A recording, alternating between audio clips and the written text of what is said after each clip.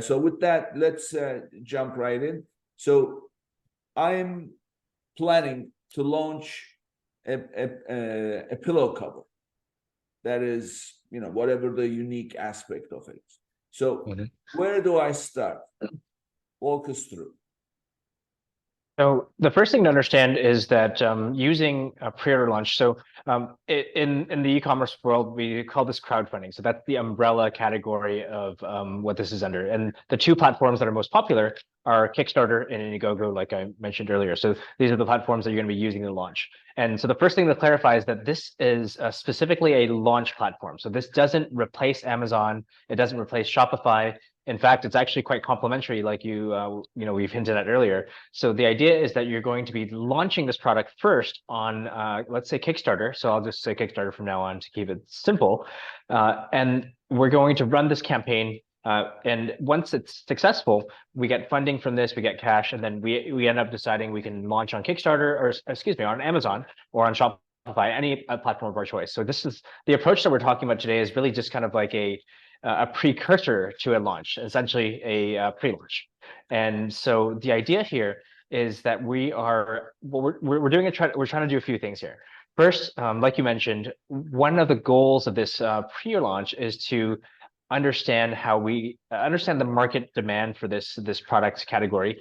And also, like you hinted, the idea is if we are able to be successful with this, what we're going to do is we're going to be able to mitigate inventory risk. So the way that this platform works is that you're essentially not selling the product outright to customers. So customers go onto these platforms and they understand that they're going to be pre-ordering the product. So they're going to pay for a product that doesn't exist yet.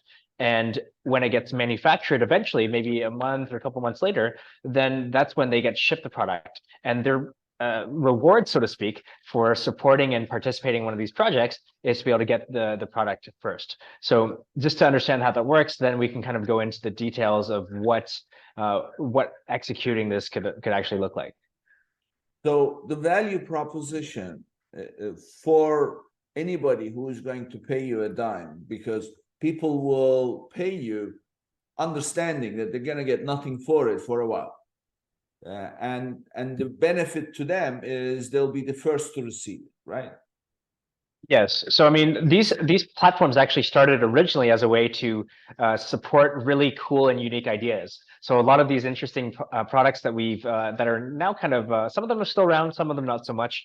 For example, Oculus Rift was a product that was on Kickstarter, the 3D goggles, and so this was a kind of interesting idea at the beginning, and they wanted. They didn't have enough funding to bring this to market. So the original context of these websites was to get support from customers in advance to actually fund the production run. So to bring the idea to life. So that's how these platforms were originally established.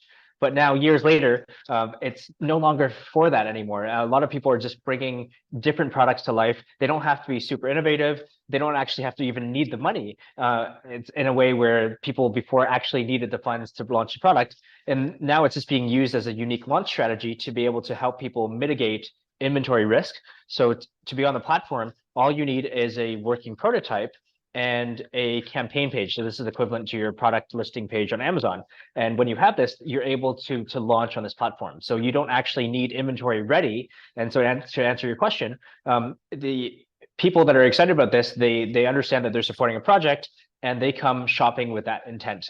So this is not the same type of intent as going to Amazon and searching for pillow covers. People are kind of here and they're looking at categories they're interested in, maybe a house, home decor, that type of thing.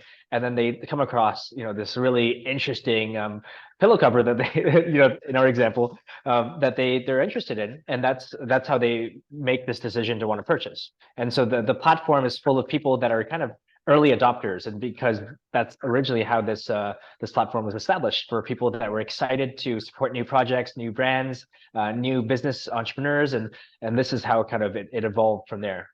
Yeah. So is it fair to say that this is I should say, it's more successful for some categories, but not all, or does it apply to anything? You can do this with anything. So that's a really good question, and I've seen weird and successful products in so many different categories, all the way from standard categories like apparel, home and decor, those categories, pets, like you see a lot of products in those categories.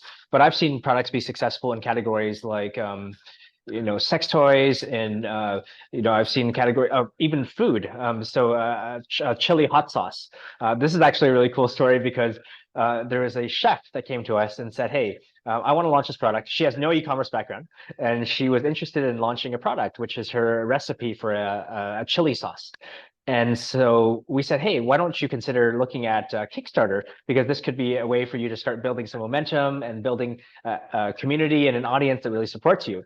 So she ended up launching on Kickstarter, and she actually did very well. She raised $120,000 in this Kickstarter launch campaign. So this is before she had to produce this hot sauce. So it's really interesting because as a result of this campaign, she got a lot of publicity and a lot of press covering kind of like this hot sauce. And eventually she took this and she commercialized this on e-commerce. So she first brought this to Amazon. She had these 3 SKUs that were doing really well. And I mean, if you know anything, if you've ever bought hot sauce before, it's usually like this really kind of cheap item at the bottom of the grocery store shelf for a couple of dollars, right? She was selling this hot sauce for $15 to $17 on Amazon, and she was doing about $200,000 a month at that point, and it was a crazy successful campaign. Well, the campaign that led to this e-commerce results, and it wasn't only Amazon where she limited this to. She ended up, because she had an audience and she built a lot of excitement on Instagram, she was able to launch her own Shopify store selling the hot sauces as well. And this Shopify store was getting, at the time, the last time I checked, they were at 100,000 visitors every single month. So this is a hot sauce. This isn't like a clothing brand. This isn't like a unique like product category, like an invention or like a technology piece. It's hot sauce.